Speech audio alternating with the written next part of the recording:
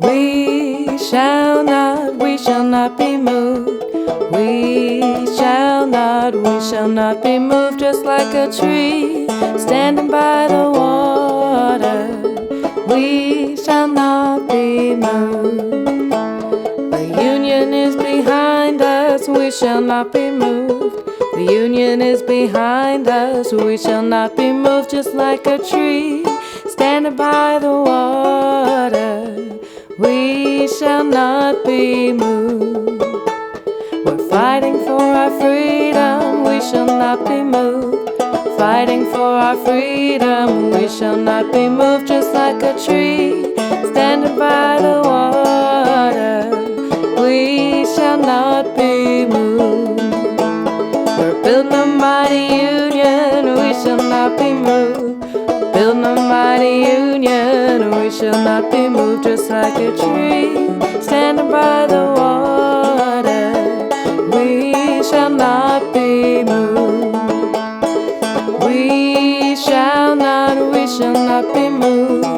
We shall not be moved, just like a tree standing by the water. We shall not be moved.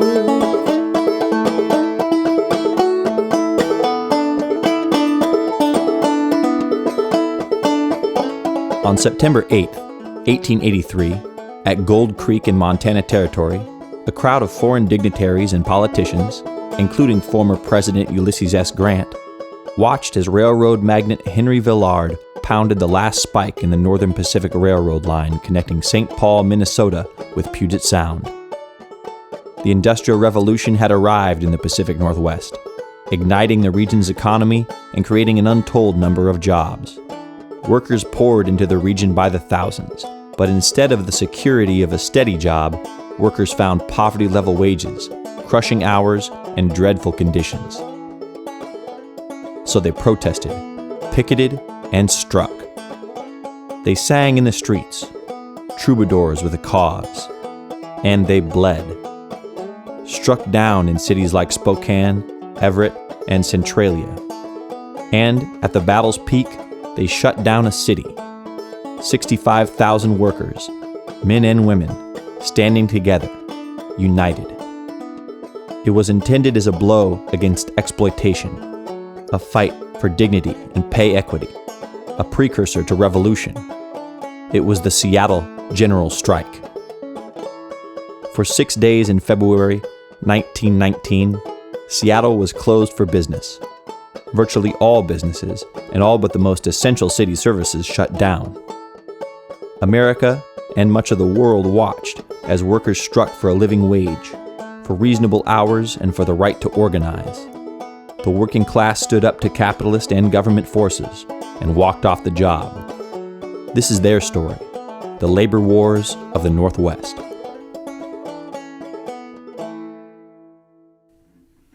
This was a time where, not just in Seattle, but across the United States, and for that matter, the Western world, a vibrant economic change and growth. The Pacific Northwest was rapidly expanding in the 1890s, 1900s, 1910s. But we don't see the large industries like you see in Chicago or New York. You know, there's not huge factories, where women would be working by the thousands. The Yukon and Klondike gold strikes propelled Seattle to new economic heights. Between 1900 and 1910, its population tripled to over 237,000, bypassing Portland as the region's largest city. City leaders embarked on civic improvements, beginning with the massive regrade of downtown to expand the commercial district. In 1909, they hosted the Alaska-Yukon Pacific Exposition, Seattle's first World's Fair, permanently linking its fate with Alaska. 5 years later, the 42-story Smith Tower opened, making Seattle the home of America's tallest building outside of New York City.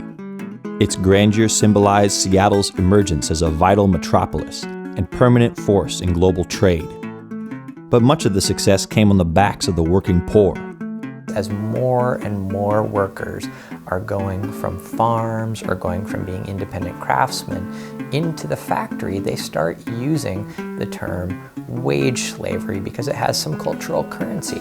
Workers coming and settling in Washington State and Seattle often had high hopes. They were going to find great jobs, and wages were higher in the West than they were elsewhere. That's one of the big reasons for coming. But then prices could be higher too. So there was often disappointment over what the working conditions and wages were. Well, part of the problem is that the cycles of good times and bad times were hellaciously close together in the Pacific Northwest.